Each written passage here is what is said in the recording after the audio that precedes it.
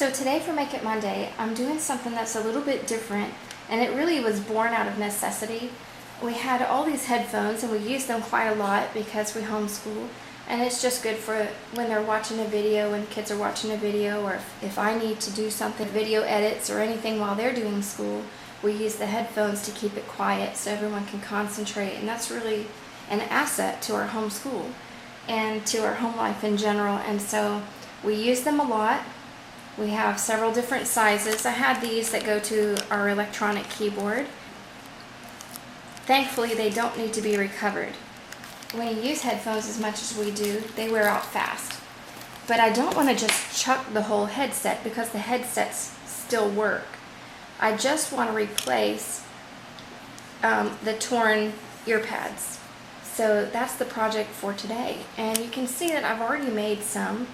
These are the small, and they fit on these because these are kid-size headphones. They're actually the special kind that lower the sound a few decibels so that your kids won't either from blowing their eardrums out. And then these are the larger ones. These are actually mine, and the ear pad area is a larger diameter. So I actually made a larger pad to go on there, and these are not worked in the same manner. These are worked differently than these, and so I'll show you how I did both. But really, you could take these and just add a round or two, and they would fit fine on a bigger headset like this one. So I'm excited to show you what I did, and let's get started. To begin, you're going to need some scissors, a crochet hook. I'm using an I hook, which is a 5.5 millimeters, so it's a US I9. And you'll need a blunt end tapestry needle or yarn needle. You can use plastic. I'm using metal today. And you're going to need some yarn. This is a 4-ply yarn, and it's listed as fingering weight.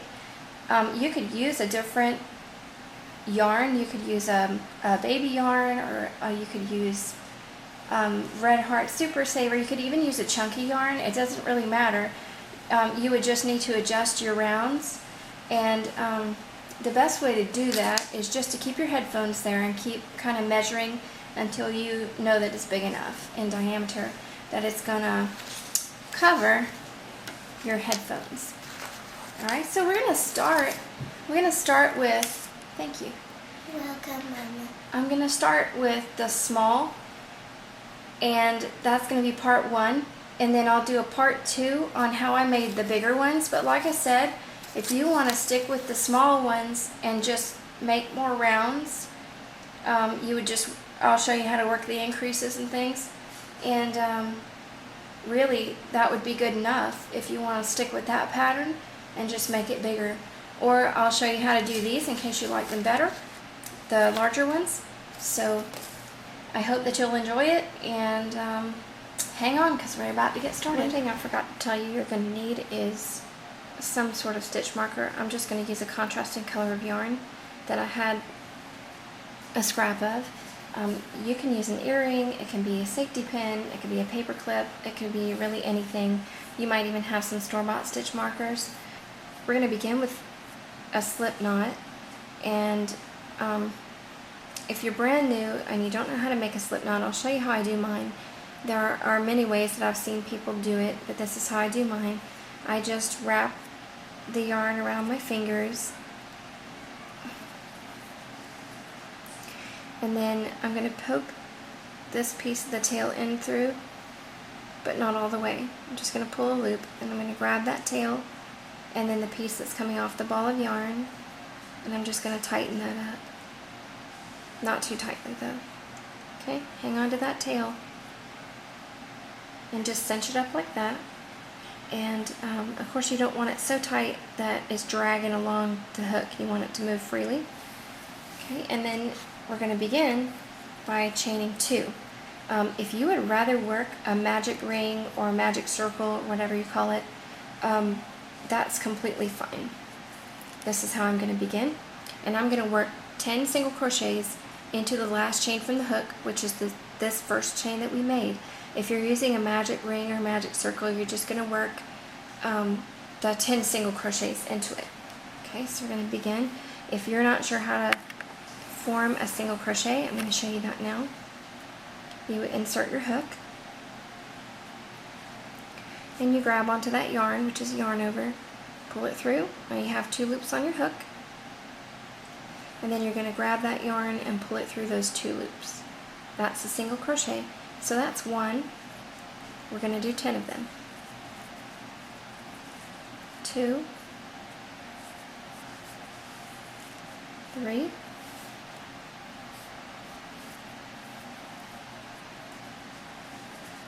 4,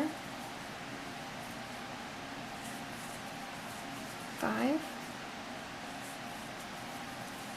6, and we're always working into the same space.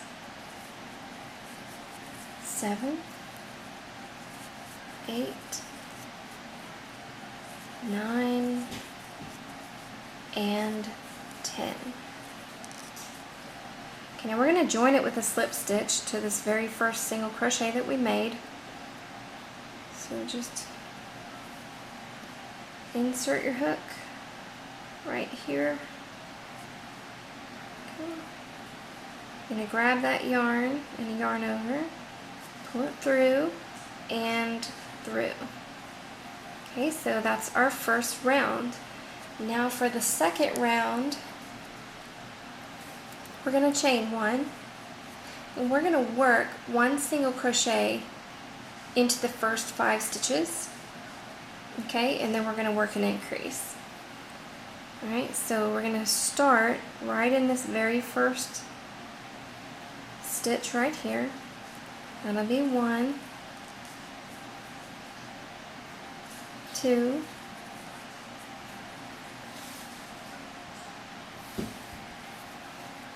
3,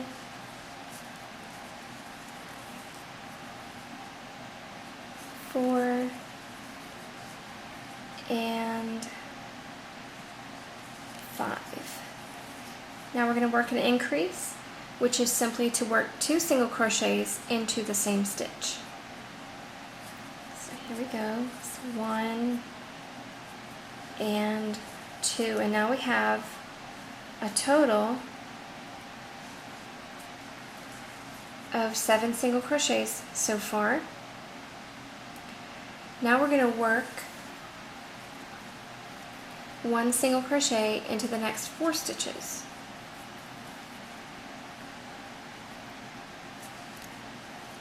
One,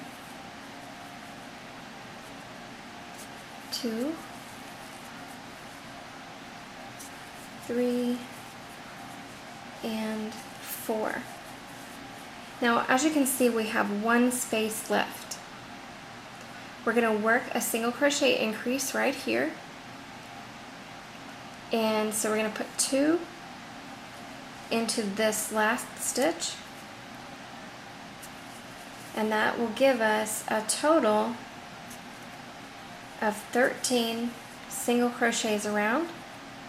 And then we're going to join right here to the beginning single crochet with a slip stitch.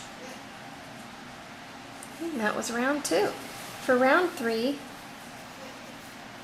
we're going to slightly repeat what we did before.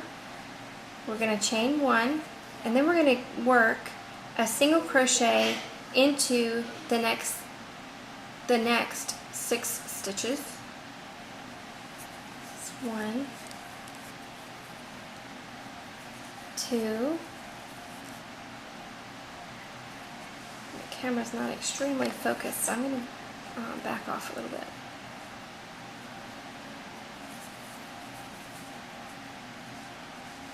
3.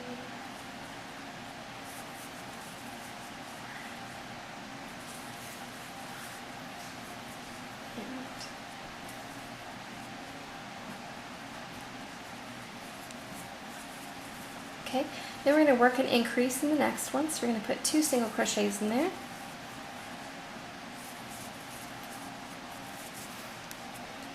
Okay, and then we're going to work into the next 5 stitches a single crochet. 1, 2,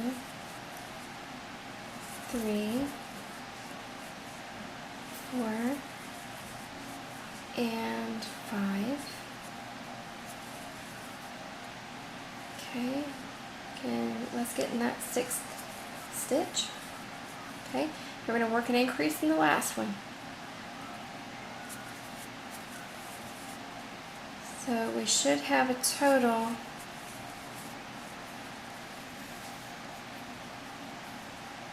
let's slip stitch right here to join. Okay, and that was row 3. For round 3, our total is 16 single crochets, and now we're going to work 1 single crochet into each stitch around, so it'll be a total of 16 single crochet. So of course we're going to chain 1. Oops.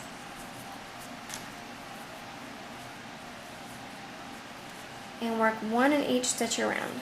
So if you want to count as you go, that's fine, or this is where your stitch marker would come in handy.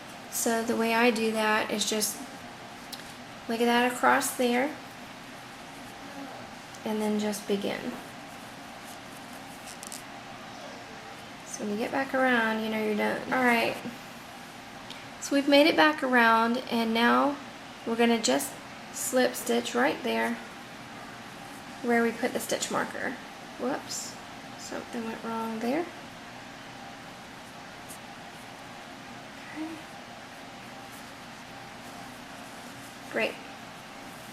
We're going to make one more round, and we're going to repeat the round that we just did.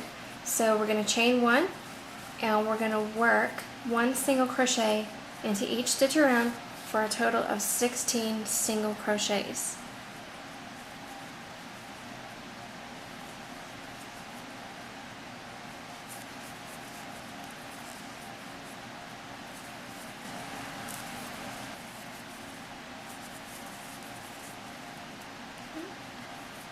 Join with the slip stitch. Take out your stitch marker. This is the end. We've made it to the end of our project. We're going to chain 1. Okay, we're going to clip a tail. So you're going to cut it loose from its mother yarn. You're going to pull that tail through. I like to leave a generous tail. You might not want to leave that long of a tail. I just find it easier to get it through all the stitches and then clip off the excess than to leave a short tail and have trouble weaving in because it keeps coming out of the needle. So I like to leave several inches to work with. Okay, when I'm ending off, I always like for my yarn tail to lay across this last loop so that it'll kind of tack it down. Because if you go the opposite way, then it'll make kind of an ugly bump right there. So I like to always tack it down this way. So what I'm going to do is go down through this stitch here. Okay, and then I'm going to start to weave in my ends on the back. Hopefully you can see well enough that you just go behind some of these stitches. You're really going between the stitches. It doesn't really matter how you do it. These are going to be to the inside or the wrong side. So I'm just going to go, and it could be that because my yarn is dark, it's a little bit hard to see it also. So maybe I should have used a lighter color yarn. For part 2, I'll use a lighter yarn, and maybe you can see it better. So after you go this way a little bit, you're going to turn around, and you're going to go back the other way.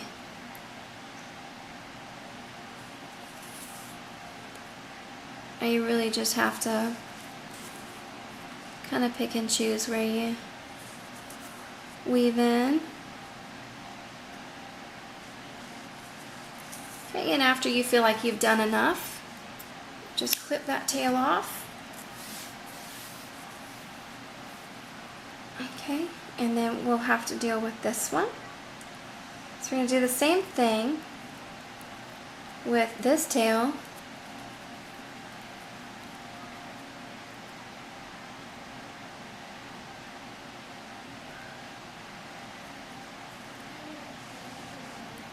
I can get that in there.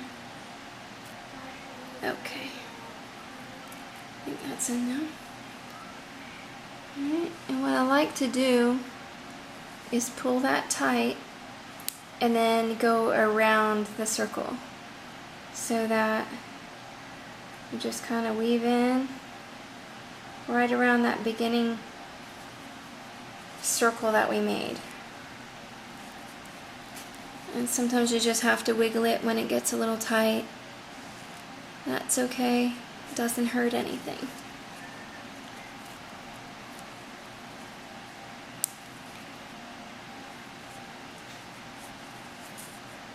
Okay, and that's about all I'm going to do on this one. So I'm going to clip that off. Then you're going to turn the wrong side inward. Okay, and there's your finished headphone ear pad or ear cover. So then to put it on, there's a little lip right here. You're just going to try to cover that whole thing where it'll slide around behind that lip and hold on. If you find that it's too loose, you can work with a tighter tension. The other thing that you can do, there are actually three things that you can do. You can work a tighter tension, you can work another extra round, but you can work a decrease in it so that it cinches up just a little bit, or you can work a string of yarn through this last row here, and then you can just tighten it up and tie it in a bow. And then if you ever need to take it off and wash it, which is likely to happen because it's so close to your head, I'm sure it'll get sweated on and, you know, all that kind of thing, then you can just untie it and take it off. Either way would work fine. At present, I'm not using anything like that because I find that they stay on well enough. You know, that's something also that you could come back and add in the future. Don't forget to tune in for part 2 if you want to see how to work the larger ones. And as I said, you can use the same pattern, just increase the number of rounds that you're doing.